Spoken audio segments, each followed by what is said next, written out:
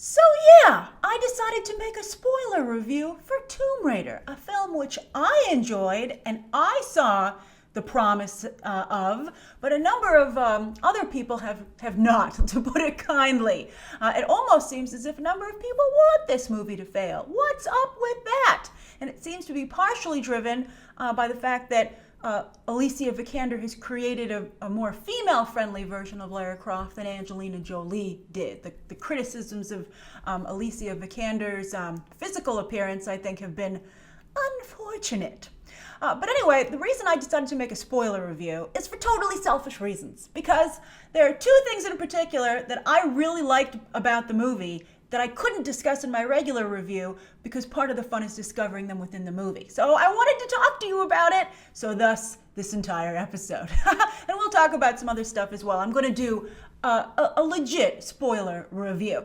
Because really, while the overall package, I agree, is a bit lacking, certain elements are just so clever and so well done that they do deserve attention without, again, ruining the movie. So I do suggest you see it first and then come back here so we can discuss it. Or if you can't help yourself, maybe this will convince you to go and see it in theaters and so you can experience these things firsthand. All right, this is your last warning.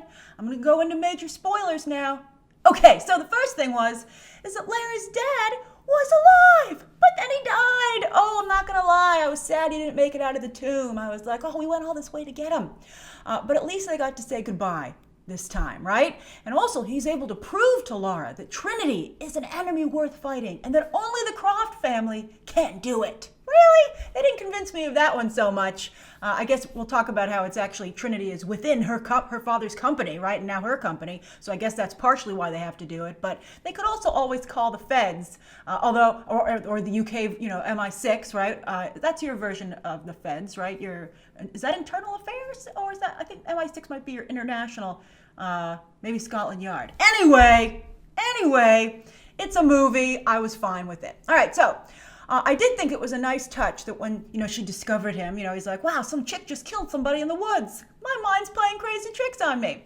And on that note, when he first saw Lara and he could see, although she looked so different than the kids they hired to play Lara as a child, I don't know how he guessed that was her, okay? Unless she'd have been like, Dada, and then he'd be like, maybe that's Lara. But she looks so little like those other actresses, it can't be. But he was like, oh no, it's just my mind playing tricks on me, and he kept repeating to himself, look away and she'll eventually disappear. Don't look, oh yeah, that's what he said. Don't look at it and she'll eventually disappear. And I was like, you're breaking my heart, Richard. He also had a crazy, Tom Hanks and Castaway hairstyle, although a very cool streak of gray. I was like, that looks good, Richard. But then when he did realize that it was Lara, I'm surprised that he never said, whoa, and by the way, have you been working out nonstop since I left? Because not only did the other actresses who played the younger versions of Lara look nothing like Alicia Vikander, they also didn't have any athleticism whatsoever, right? They were like these, little rich girls. And of course, Lara Croft, without her father, and refusing to access his fortune because she didn't want to sign the papers that acknowledged that he was dead, had certainly become someone very different. And on that note, I was surprised that he asked her if she went to Oxford or Cambridge. It was a cute line, right? He's like, which one did you choose? And she's like, neither one. But I thought, how could he thought that she went to either of those schools and did all the studying that was necessary to stay in them and have enough time at the gym to turn herself into what she did, right? I'm like, what do you think? What do you think, Dad? Right? Gym or books? Look, get one guess what I chose. I mean, what Alicia Vikander and therefore Lara Croft accomplished in transforming herself physically, it was really impressive. And I think that it warranted a line from Dominic West as her father when he saw her. He's like, whoa, I've been doing nothing but being stuck in this cave for 7 years. You're starting to make me think I should have carved out some weights for myself because I didn't have much to do. It was really cool. So they revealed that Trinity is actually operating within Croft Holdings, right? That was a little bit of a stretch. She's like scanning this long list of companies that Croft holds. And I was like, that's very tiny print. How did you pick that one out of the lineup?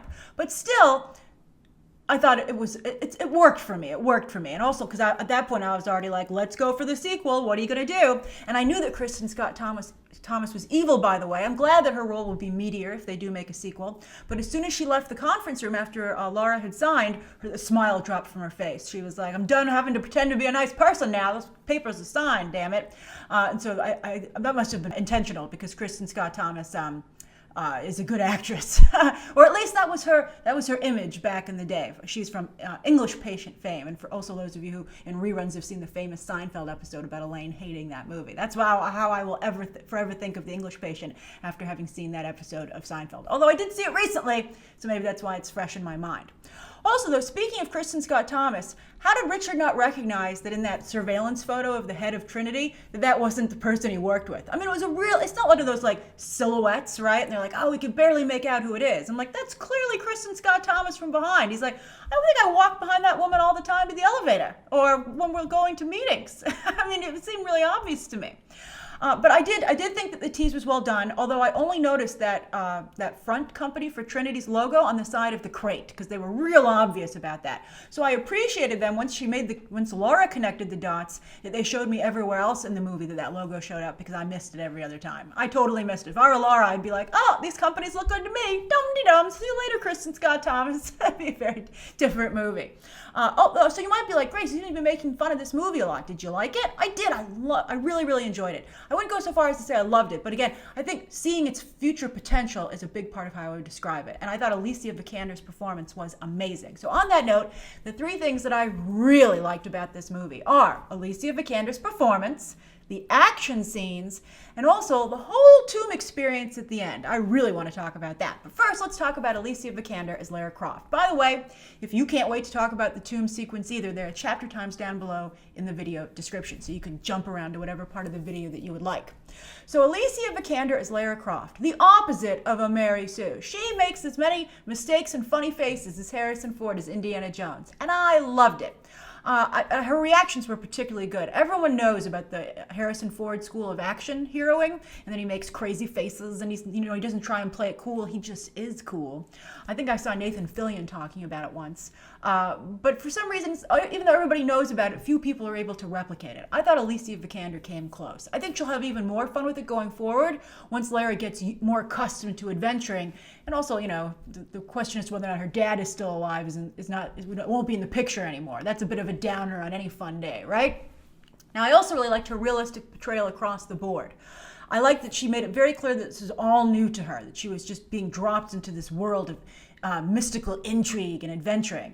I liked her skepticism, her initial skepticism of her dad's belief in not just Trinity, but these magical forces at work. And we'll talk, of course, there weren't magical forces at work, but I think that was a great dynamic to evolve between the two of them as the movie progressed, right? She's like, I'm so glad you're still alive, but it seems you've lost your mind. I thought that was a great, that was really a realistic course of action to take instead of everything's awesome, as is so often the case in movies.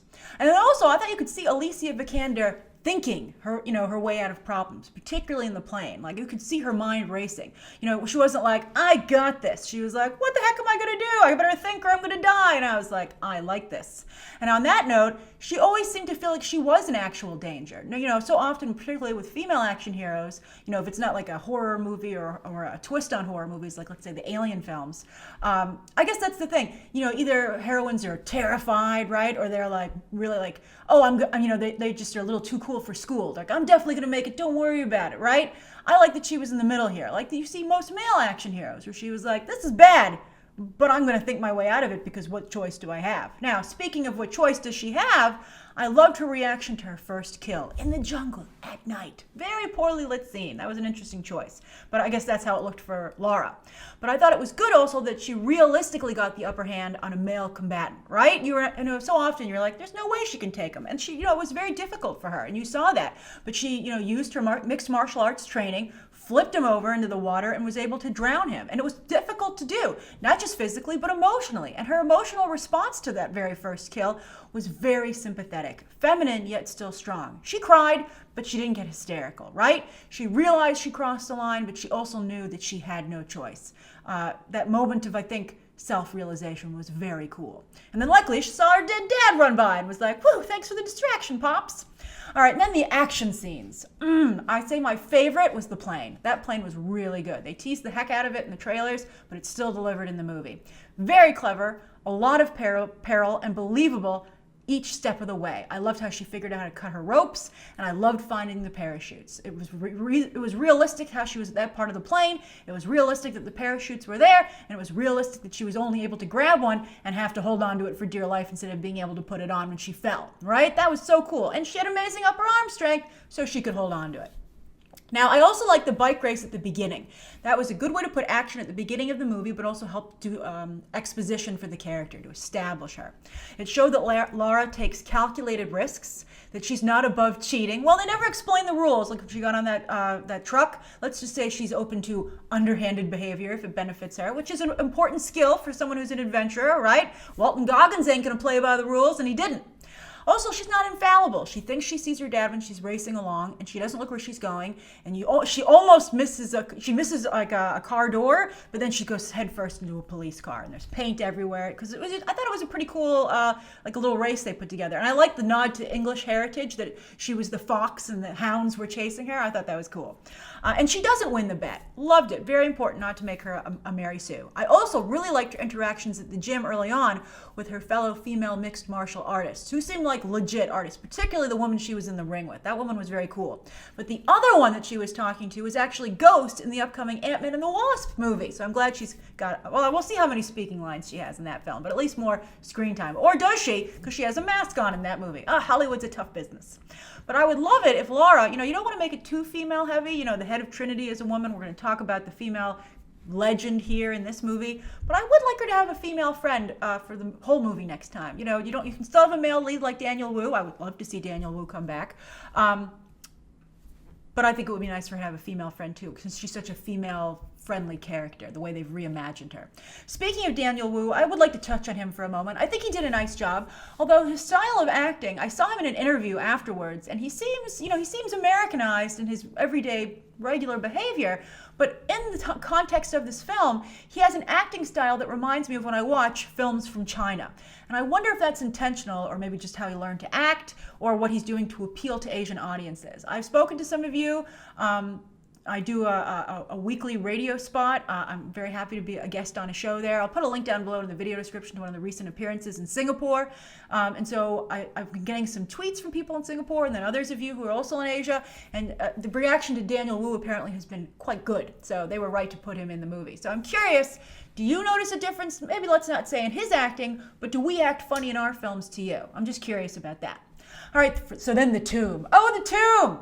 Along with her dad being alive still, this again was the other thing I really wanted to talk to you about in the spoiler review. I loved the legend of Himiko. I didn't love that people laughed like when she found her dad's lab or hidden study, and all the files were right there. Someone laughed behind me at the press screening. And I'm like, of course they're all right there. He asked her to burn them, so he wanted them to be easily accessible and in this easily burnable box, right?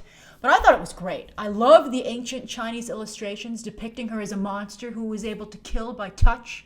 I thought those were captivating, both at the beginning of the film and then when Lara was later looking over them. I thought they were really great, really beautifully haunting. And I also thought to have a female monster and her army of dead handmaidens was a perfect foil for a movie with a female action heroine. I thought that was great. And then when the tomb opened, Himiko did not disappoint. She looked really cool lying there, and then her body rotted when the air touched it. It was so great. I just like everyone in the actual scene, I was wondering if she would come to life, and they did a couple good teases with that. But then, so clever, Lara sees the illustrations of Himiko that she made herself in her own tomb, because, I don't wonder how she paid for it. But anyway, she obviously commissioned it, right? So she's like, I'll tell my own story here instead of the lies, in the ye old tabloids that they've been spreading. And then, Laura's like, she's not depicted as a monster here, but said she sacrificed herself to save everyone else because she is immune to this horrible CGI disease. But that makes her a carrier, and she infects anyone she touches. So she locked herself away to save the world. And it's kind of like Lara's dad. I think they could have made that connection a little stronger, because it only occurred to me while I was writing the notes for this review, and that she thought he was a monster for abandoning her, but he had done it to save the world. So beautiful. I hope that she realizes. I don't even know if Lara herself realized that. I think it would help with the situation. And then I wasn't even disappointed the handmaidens didn't come to life because I thought everything worked out so nicely. And I liked that the twist was that there was a realistic reasoning behind this legend. I was like, cool, realistic legends. I love it. It's the same thing that fascinates me about the Bible when they're like, Noah's Ark? Well, at that time period when the Bible was written, or around then, there was a huge flood in that area. And to them, it seemed like the whole world was underwater because, it was olden times and they didn't really know anything that was going, they didn't have the scope that we have today. And I find that stuff fascinating. So it really worked for me here. Although I did like that Lara hid in one of the handmaidens' graves. They were kind of like lying on shelves, on this long hallway. And I thought it was a really gruesome, nice touch that their juices had like stained the ceremonial table runners that were in their graves hanging over the ends of the shelves, and like had stained it as their bodies had decomposed and leaked over the side. I was like, I love it. I love this kind of stuff. I also felt that Lara defeating her enemies through cunning was impressive, and they set that up very well throughout the movie. For instance, her ability to cut off the thieves in the port was played up again when she was able to cut off Walton Goggins from escaping from the tomb. How cool was it, by the way, when she leapt over to the ladder bridge to cut him off, right? I was like, upper arm strength for the win yet again, Lara. She's just a one-person ad for upper arm strength. It's amazing. And then she couldn't beat Walton Goggins physically because he's a guy, and I appreciated that was acknowledged here. But she was able to hold him back long enough to kick down that ladder bridge. Then, because he was so upset about it, she got him to fly into a rage, caught him off guard, and shoved Himiko's finger that he was like, I didn't touch her. Also those pliers that he cut off Himiko's finger, I thought he would like just toss them in the grave, be like, well, those are dead. Those are dead to me. But he was trying to get that part of Himiko out to get the disease to Trinity. And she stuffed it in his mouth. I thought she was just going to throw it over the side into that chasm, right? But she stuffed it into his mouth, infecting him, and then she punched him in the throat to make him swallow it. It was with such cold precision. I loved it. I thought it was such a cool moment for her. It was, I think, another moment of Lara Croft, the legend, being born. Although I'm not sure how she made the jump to guns. I mean, I understood that she saw them in the back room at the pawn shop, but, she used a bow and arrow throughout this whole movie, and I never saw her pick up anyone else's gun or even think about picking up another gun or look like she was like, I wish I had a gun. So I don't know how she got to 2 guns, but I'm confident that when they have the sequel, hopefully if they have the sequel, Alicia Vikander will make sure she looks darn cool using them. So that's my thoughts about Tomb Raider. Spoilers. And since this is the spoiler review, I hope you're as excited to talk about these elements as I am, and we can continue the conversation down below. And of course, as always, you can check out some more videos right now.